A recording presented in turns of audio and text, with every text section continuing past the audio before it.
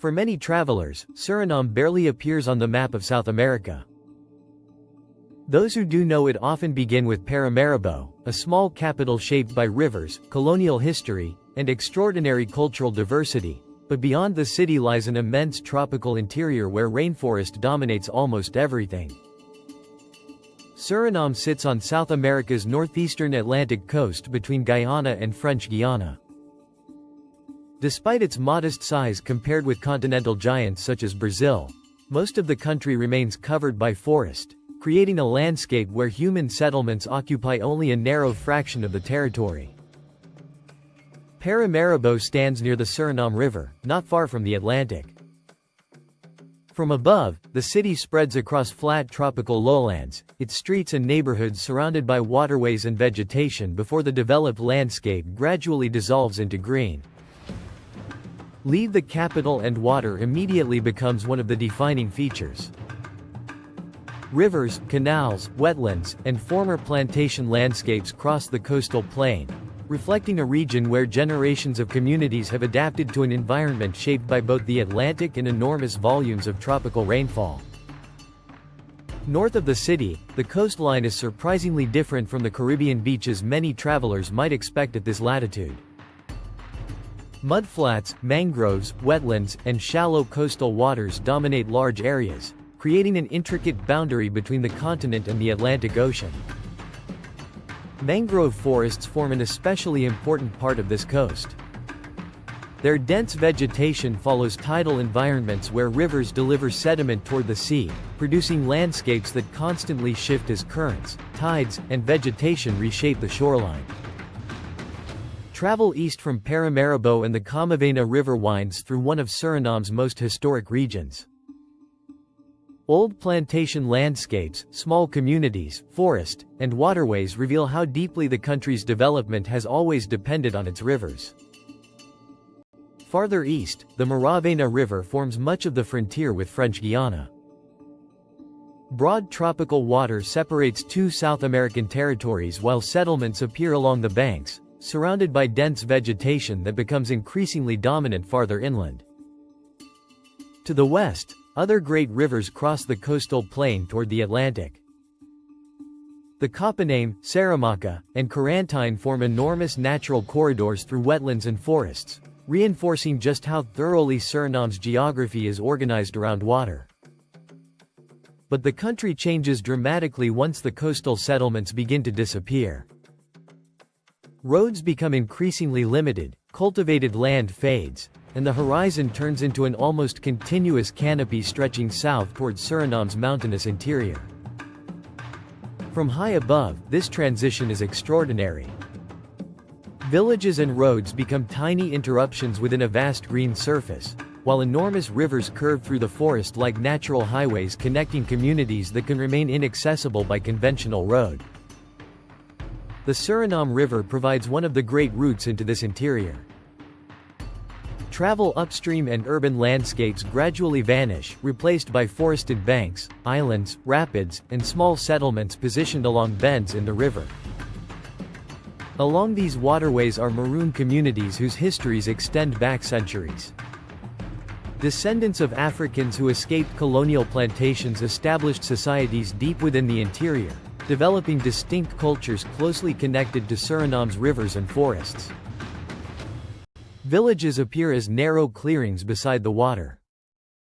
Forest rises immediately behind houses and cultivated areas, while boats remain essential for traveling between communities across a region where the river often functions more naturally than any road. Continue deeper south and the scale of the rainforest becomes overwhelming. The canopy spreads across hills and valleys without visible interruption, interrupted only by waterways, rocky outcrops, and occasional clearings surrounded by enormous distances. Central Suriname Nature Reserve protects a vast portion of this wilderness. Covering forests, mountains, rivers, and dramatic geological formations, it preserves one of the largest protected tropical forest landscapes in the Guiana Shield. Within this wilderness, Voltzberg rises unexpectedly above the canopy. The granite dome emerges from seemingly endless rainforest, providing an extraordinary elevated view across a green horizon where almost no signs of modern development are visible. Nearby, the Raleighvallen region combines forest with rivers and powerful rapids. Water moves across exposed rock beneath towering vegetation, creating natural clearings inside an environment otherwise dominated almost entirely by dense tropical canopy. Farther south, the terrain becomes increasingly mountainous. Forest covers ridges associated with the Wilhelmina Mountains and other remote highlands, revealing a Suriname dramatically different from the flat coastal plain surrounding Paramaribo. And beyond these mountains lies an even more isolated southern frontier, a world of ancient rock formations, immense rivers, indigenous communities, savannas, and rainforest extending toward Brazil, where Suriname reveals just how much of the Amazonian world remains almost completely beyond the conventional traveler's view. Deep in southern Suriname, the landscape becomes almost completely detached from the coastal world around Paramaribo. Mountains rise beneath dense forest, rivers carve through enormous valleys, and the absence of major roads leaves vast areas connected more naturally to the surrounding wilderness than to the capital far to the north. Much of this interior forms part of the Guiana Shield, one of the oldest geological regions on Earth. Ancient rock lies beneath forests stretching across Suriname and neighboring countries, creating dramatic granite formations, isolated mountains, waterfalls, and river systems throughout the wider region. Near Suriname's southern frontier, the Commewijne landscape introduces another unexpected environment. Forest occasionally gives way to open savanna, creating broad grasslands surrounded by distant wooded hills in a country otherwise overwhelmingly associated with dense rainforest. These southern savannas create striking patterns from above. Islands of vegetation interrupt open terrain, small waterways cross the grasslands, and the surrounding forest forms an immense green boundary stretching toward Brazil. Indigenous communities have lived across parts of this remote interior for generations. Settlements along southern rivers remain closely connected to waterways and forest landscapes, reflecting ways of life shaped by extraordinary distances and limited overland infrastructure. Here, rivers become more than scenic features. They are transportation routes, sources of food, connections between settlements, and natural corridors through forests where traveling even modest distances over land can be exceptionally difficult. The Commewijne River is one of these great interior waterways.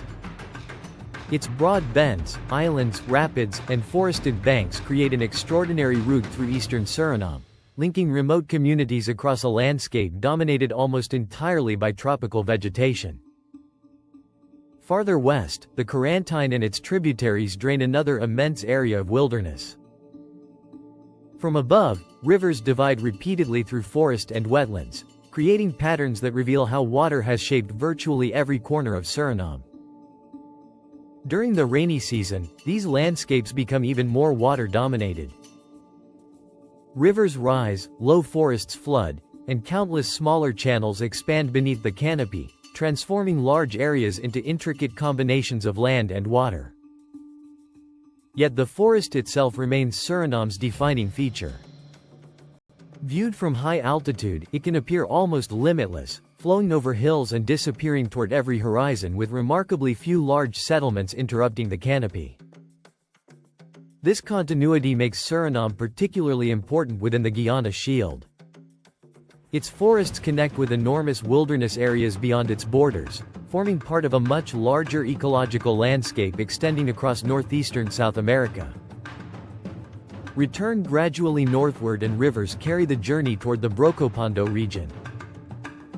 Here, one of Suriname's most striking human-made landscapes appears unexpectedly between the surrounding forests.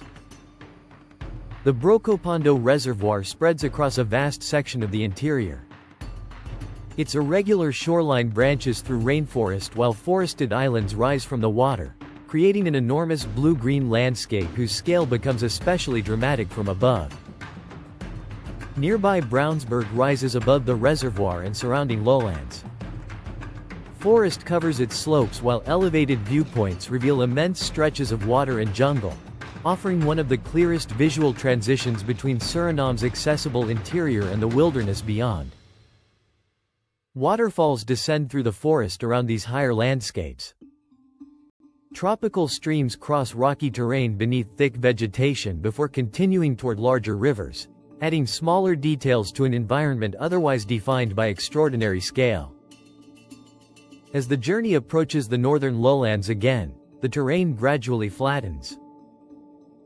Mountains disappear behind the horizon, rivers become broader and slower, and wetlands begin replacing the elevated forests of the interior.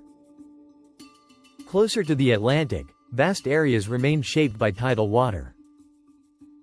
Mangroves, mudflats, estuaries, agricultural land, and shallow wetlands create an intricate coastal world completely different from the mountains and rainforest only a few hundred kilometers south.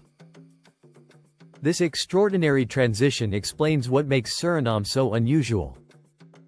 A narrow populated coastal strip sits above an immense interior of rivers, tropical forest, mountains, savannas, and communities scattered across one of South America's least developed wilderness regions. Paramaribo may provide the introduction, but it represents only a tiny portion of the country's physical landscape. Beyond it lies a Suriname where roads disappear, rivers become highways, granite mountains rise above rainforest, and the horizon can remain green for hundreds of kilometers. And that may be Suriname's greatest secret. At the northeastern edge of South America lies a country where the wilderness still overwhelms the map, a vast river-filled forest beyond Paramaribo, revealing an Amazonian world that remarkably few travelers ever see.